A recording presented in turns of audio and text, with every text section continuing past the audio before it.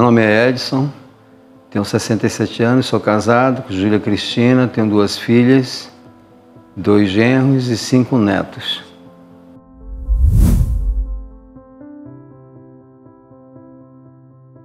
Eu gosto muito da expressão de Mateus 16,16, onde Pedro vai dizer de que Cristo é o Filho do Deus vivo. Essa expressão ela sempre foi muito tocante na minha percepção do que era Cristo, o Filho do Deus vivo. Dessa maneira eu fui compreendendo, iniciando a minha caminhada. Jesus passou a ser para mim o Filho do Deus vivo, aquele que haveria de resgatar a minha alma das trevas para a sua luz. Para mim, após esse momento, ele passou a ser aquele que resgatou a minha vida para uma nova vida. Aquele que me fez perceber de que ele era o meu Redentor, o Filho de Deus vivo, que agora passaria a reinar e exercer o senhorio sobre a minha vida.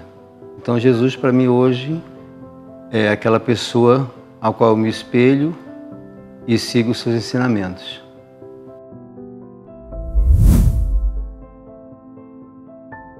O meu conhecimento sobre Jesus, ele se deu de uma forma, eu diria assim, em etapas.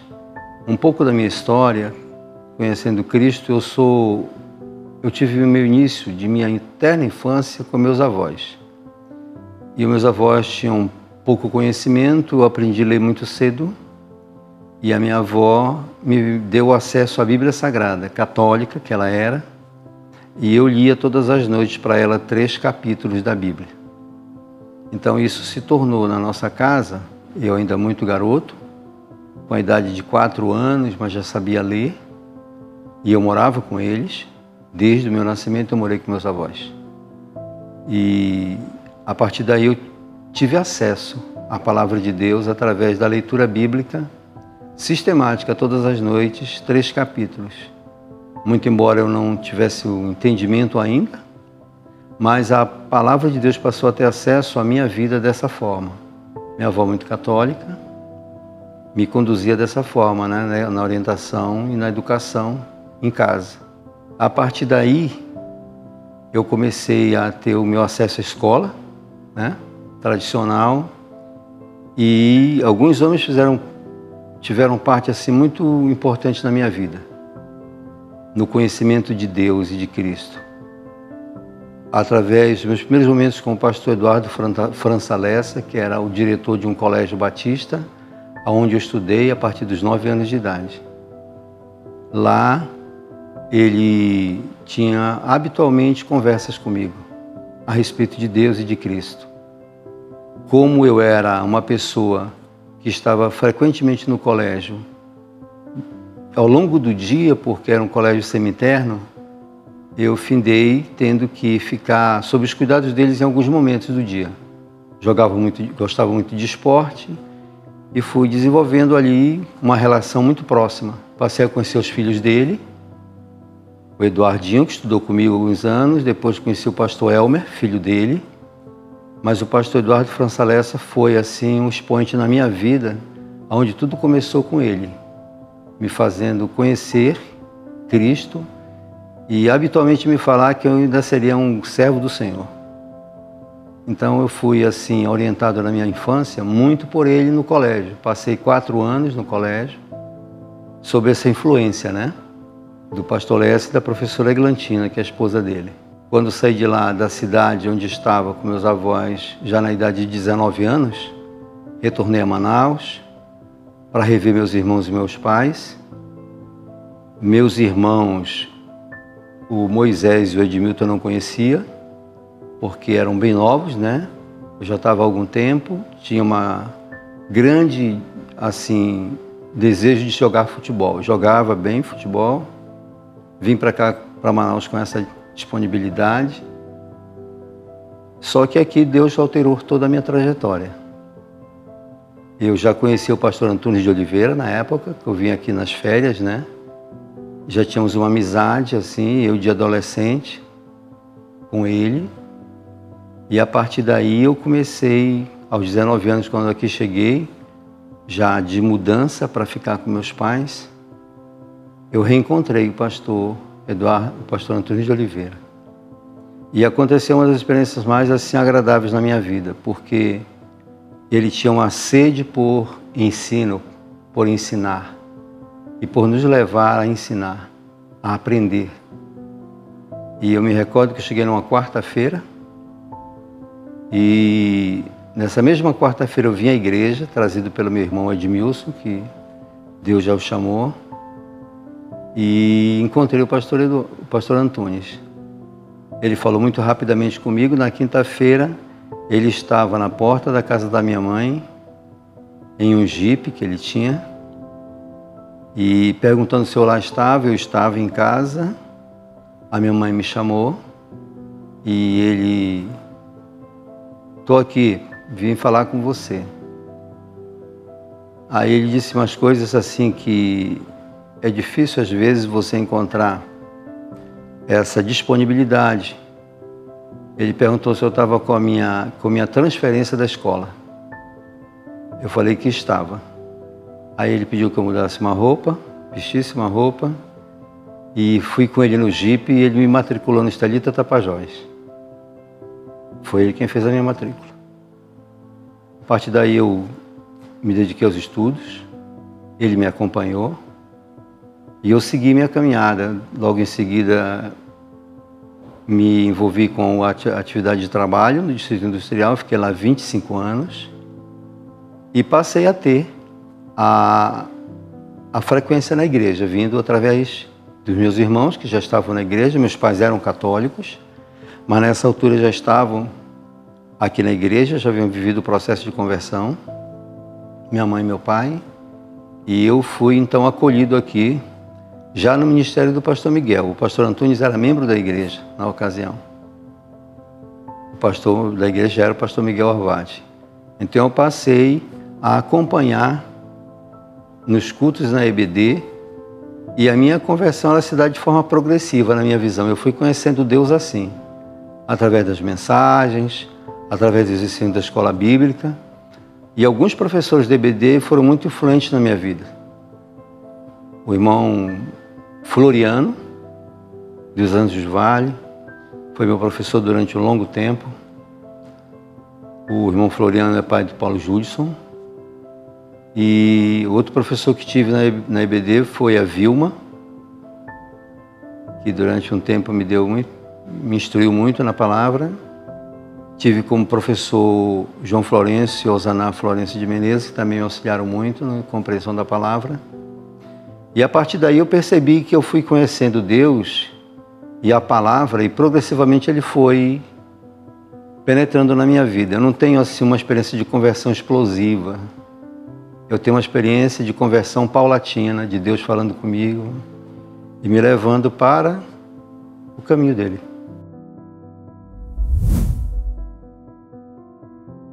Do momento que eu vivi a minha conversão, eu nunca deixei de trabalhar na igreja.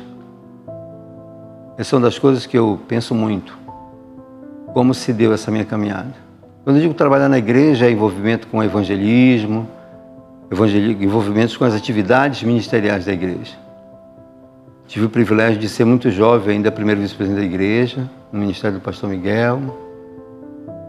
E depois eu tive uma experiência assim que eu considero das mais interessantes na minha vida cristã, que eu vivenciei todos os ministérios da igreja. O pastor Antunes, lá no comecinho, né? Ainda muito garoto. Passei o ministério do pastor Miguel, grande parte. Depois eu tive a experiência de um ministério todinho do pastor Livingstone, né? Muito próximo dele, exercendo a administração da igreja, envolvido, né, nas atividades da igreja o tempo inteiro. Depois da saída do pastor Miguel, do pastor Livingstone, já foi a experiência com o pastor Jorge Max, que chegou na igreja. E depois vivemos aquele intervalo de 1 ano e meio, quase 2, ministério do pastor Jorge em Portugal, missionário, e o pastor Adilson conosco. E depois o retorno do pastor Jorge Max. E agora, até o momento, a gente tem estado envolvido com a igreja, com a atividade da igreja. sempre penso que uma das coisas que fortalece, que robustece a fé do crente, é quando ele vivencia a vida da igreja. Quando ele consegue, eu hoje tenho na memória, sempre quando a expressão CAC vem, né? Eu me recordo de tudo, quando tudo começou. Do primeiro terreno, do primeiro lote, de tudo que Deus fez, né? Através das nossas vidas. E hoje, quando nós chegamos ali, nós podemos presenciar a mão de Deus naquele lugar. Então, Deus tem, assim, falado profundamente ao meu coração. Nesse tempo de conversão, de convivência na igreja, e tenho estado convencido a cada ano de que a vida cristã ela é um processo contínuo, que nós temos o dever, a obrigação e a responsabilidade de nos aperfeiçoarmos em Cristo.